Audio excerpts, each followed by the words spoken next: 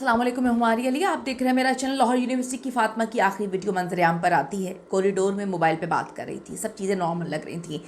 एकदम जब वो कॉल ख़त्म होती है तो कुछ ऐसा होता है कि ये यकदम फ़ैसला लिया जाता है जिसके लिए शायद फ़ातिमा खुद भी तैयार नहीं थी। अब छलांग लगाने की वीडियो सामने आती है जिससे मेरी तो रूह काम गई है, मेरी तो रोंगटे खड़े हो गए हैं कि ये खौफनाक मनाजर, कितने तकलीफ दे मनाजिर। फ़ातिमा को एक दिन कबल नया मोबाइल किस शर्त पे लेकर दिया गया था। फ़ातिमा के दो भाइयों और वालिद ने एक अहम तरीन इंकशाफ किया है। एक रात पहले फ़ातिमा से क्या बात हुई थी, किसकी बात हुई थी, बहन ने भी मुंह खोला है, क्या मामला है, क्या चीज़ है, आज की वीडियो में इस पर बात करते हैं। ये हर वालिदैन के लिए वीडियो बड़ी इंपॉर्टेंट है। ये केस सब वालिदैन के लिए एक सबक के तौर पे केस होना चाहिए। हमें अपने बच्चों से मोहब्बत करने के साथ साथ, मोहब्बत सारे वालिदैन करते हैं, हमें उनके साथ जो है ख़ुद को जोड़ना होगा, यानी कि वो एक एक चीज़ हमसे शेयर करें। उनको डराना धमकाना बंद कर दें खुदा के लिए, कि बच्चों को ऐसा लगे कि हमारा अब कोई भी नहीं है और सिर्फ मौत ही हमारे पास आखिरी हल है। रिक्वेस्ट है चैनल को सब्सक्राइब करें, इससे हमारी हौसला अफजाई होती है। हमें आपके साथ की बहुत ज़रूरत है, आपके सपोर्ट की बहुत ज़रूरत है, और वीडियो को आखिर तक मुलाहिजा ज़रूर फरमाएगा। यूनिवर्सिटी ऑफ लाहौर में डी फार्मेसी की तालबा दूसरी मंजिल से छलांग लगाना, फुटेजेस वगैरह सामने आई हैं और सबने देख ली होंगी। क्लोज सर्किट जो फुटेजेस हैं उसमें तालबा फ़ातिमा को दूसरी मंजिल से छलांग लगाते हुए साफ देखा जा सकता है। मुतासरा तालबा जो है वो तशवीशनाक हालत में जनरल हॉस्पिटल में इस वक्त ज़ेरे इलाज है। प्रोफेसर डॉक्टर फ़ारूक अफजल ने मीडिया टॉक की और कहा कि बच्ची को इंतहाई तशवीशनाक हालत में हॉस्पिटल लाया गया। तालबा सर्जिकल ICU में वेंटिलेटर पे है और हायर एजुकेशन के अफसरान तालबा को देखने आए हैं। 48 आवर्स बहुत इंपॉर्टेंट है। जो कमेटी सरबराह है उन्होंने कहा बेहोश होने वाली के साथ ब्लड प्रेशर जो है वो बच्ची का बेहोश भी है, ब्लड प्रेशर भी कम है, एक जो फेफड़ा है वो बड़ी बुरी तरह मुतासर हुआ है, खून की बोतलें 2 लग चुकी हैं, मज़ीद एक खून की बोतल लगेगी। न्यूरो की टीम जो है वो मज़ीद 2 दिन देखेगी। फिर मोहरों के ऑपरेशन का फ़ैसला किया गया है। अभी टांगों के ऑपरेशन जो है वो कम्प्लीट हुए हैं। आप देखें कि बिल्कुल भली चंगी बच्ची, बिल्कुल ठीक ठाक बच्ची। उसकी जो फुटेजेस हैं उसमें एक बच्ची बिल्कुल ठीक ठाक फ़ोन पे बात कर रही है, सब चीज़ें ठीक लग रही हैं, बिल्कुल ठीक, जिस तरह से इससे पहले बच्चे ने जान दी थी वो भी बिल्कुल ठीक था। आपके अंदर इतनी करेज कैसे आ जाती है कि आप इतनी ऊंचाई से, चौथी मंजिल से उसने छलांग लगाई थी, बेंच के ऊपर गिरा था, खूनम खून हो गया था। अब देखिए ऑन द स्पॉट ही तकरीबन उसकी डेथ हो गई थी। तो इतनी करेज हमारे अंदर जीने की नहीं आती, ये छलांग लगाने की, अपनी जान लेने की इतनी करेज हमारे अंदर कहाँ से आ रही है? हम इतने डैमेज हो चुके हैं, शायद हम इतने ख़त्म हो चुके हैं। आप लोगों को शायद मेरी ये बात पसंद ना आए, या किसी को लगेगा जी बोर है। यही तो बात है, यही तो प्रॉब्लम है कि हम किसी की बात सुनते नहीं हैं, अपने बच्चों से बात करते नहीं हैं, अपने घर वालों से हमें लेना देना नहीं है। जो हमारे दोस्त अहबाब हैं हम उनको एक कॉल करके भी नहीं पूछते सब ठीक है। जब कोई शोर मचाना बंद कर देता है, जब कोई बिल्कुल खामोश हो जाता है, तो हम ये नहीं पूछते कि ऐसा क्या हुआ कि तुम खामोश हो गए हो, तुम बोल नहीं रहे, तुम चीख नहीं रहे, तुम लड़ नहीं रहे, क्या हुआ है? क्योंकि हम में से ही अक्सर लोग होते हैं जो हम अपने अपनों को मार देते हैं, डैमेज कर देते हैं, कि उनके पास इसके अलावा कोई रास्ता नहीं होता है। और हम बात भी नहीं करना चाहते क्योंकि हमें फ़र्क नहीं पड़ता, कोई भी मर जाए, कोई भी जिए, हमें फ़र्क नहीं पड़ता। हम तो जी रहे हैं, हम तो अपनी ज़िंदगी में मगन हैं। चलें जी, ठीक है। जान लेने जैसे वाक़यात को कैसे रोका जाए? निजी यूनिवर्सिटी ने सिंगापुर यूनिवर्सिटी से मदद हासिल कर ली है। यूनिवर्सिटी इंतज़ामिया ने हर इलाके में हिफाजती जाल लगा दी हैं। जाल लगाने का मकसद फ्लोर से छलांग लगाने वालों को रोकना है। इन चीज़ों से आप लोगों को नहीं रोक सकते।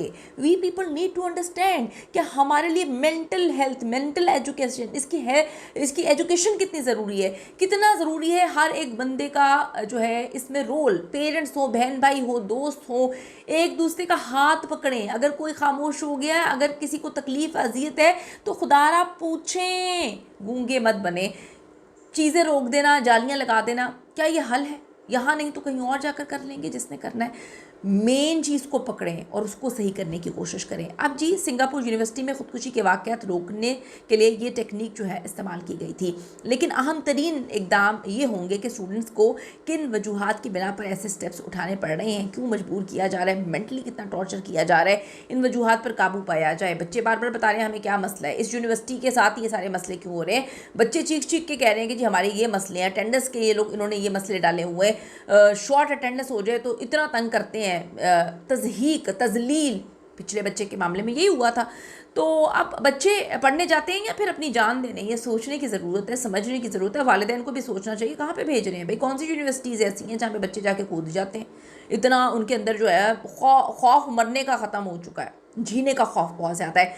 तालिबा जो है सुबह 7:58 पर 7:58 पर यूनिवर्सिटी पहुंचती है, नॉर्मल लग रही है, क्लास में शरीक नहीं होती, तकरीबन 27 मिनट तक वो कॉल पे बात कर रही होती है और बाद में अपने मोबाइल की जो कॉल है उसको डिलीट करती है, जिसके फ़ौरन बाद वो यूनिवर्सिटी की दूसरी मंजिल पे जाती है, छलांग लगाने की कोशिश करती है, छलांग लगा देती है। जो वाक़या था उसके जो वक्त है उस वक्त 8:30 पर ये सारा अफसोसनाक वाक़या पेश आया। इब्तदाई तहकीकात के मुताबिक तालिबा के भाइयों ने वाक़े से एक रोज़ कबल उसे नया फ़ोन लेकर दिया था, क्यों लेकर दिया था ये भी पुलिस पूछ रही है। पुलिस दोनों भाइयों के बयान रिकॉर्ड करिए ताकि मजीद जो है इन्फॉर्मेशन मिल सके। उसके बाद यूनिवर्सिटी टेस्ट में तालिबा ने 35 में से 18 नंबर हासिल किए। पुलिस के मुताबिक वो इस नतीजे से बिल्कुल खुश नहीं थी और इस बात को उसने अपने वालिद और भाइयों को भी बताया था। पुलिस का कहना है कि अगर तहकीकात में इंतजामिया की गफलत या फिर लापरवाही साबित हुई तो उनके खिलाफ कानूनी कार्रवाई की जाएगी। पिछले केस में क्यों नहीं की? पिछले केस में वालिदैन को इतना डरा धमका दिया था, प्रेशराइज कर दिया था, या सोसाइटी ने इतना टॉर्चर कर दिया था कि उन लोगों ने कहा हमने केस ही नहीं करना।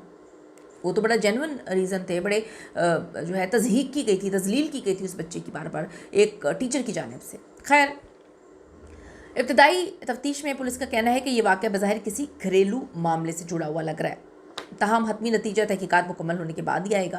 पुलिस ने तालिबा के लवाहिकीन से मालूमात हासिल की है ताकि वो बेहतर अंदाज में चीज़ों को बता सकें, लेकिन अब देखें क्या होता है। तालिबा फातिमा की बहन ने बताया कि उनकी बहन की हालत इंतहाई तशवीशनाक है और वो 5 बहन भाइयों में सबसे छोटी बच्ची है। उनके मुताबिक वाक़े से एक रात कबल फ़ोन पर फातिमा से बड़ी हमारे खुशगवार मूड में बात हुई। वो किसी परेशानी का अंदाज़ा नहीं हुआ, वो बिल्कुल शी वॉज़ वेरी हैप्पी।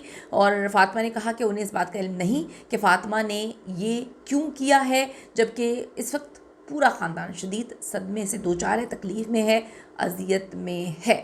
अब आप देखें बच्ची की हालत कितनी गैर है, 2 टांगें टूट चुकी हैं, उसका ऑपरेशन हुआ है, न्यूरो चेक कर रहे हैं, एक गुर्दा जो है काम नहीं कर रहा, खून की 3 बोतलें लग चुकी हैं, कहाँ कहाँ फ्रैक्चर है, बीपी लो है और बुरी तरह से उसकी हालत इस वक्त गैर हुई हुई है, क्रिटिकल है। अल्लाह ताला से सेहत तंदुरुस्ती वाली ज़िंदगी हम मांगते हैं कि उसे बेचारी बच्ची को दें। लेकिन मैं फिर इस बात पे बात करूँगी कि किसी का कुछ नहीं जाता, किसी का कुछ नहीं जाएगा, आपका ख़ुद का चला जाएगा। एक टाइम आता है हमें ये महसूस करवा दिया जाता है कि हम अकेले हैं और हमारे साथ कोई नहीं है।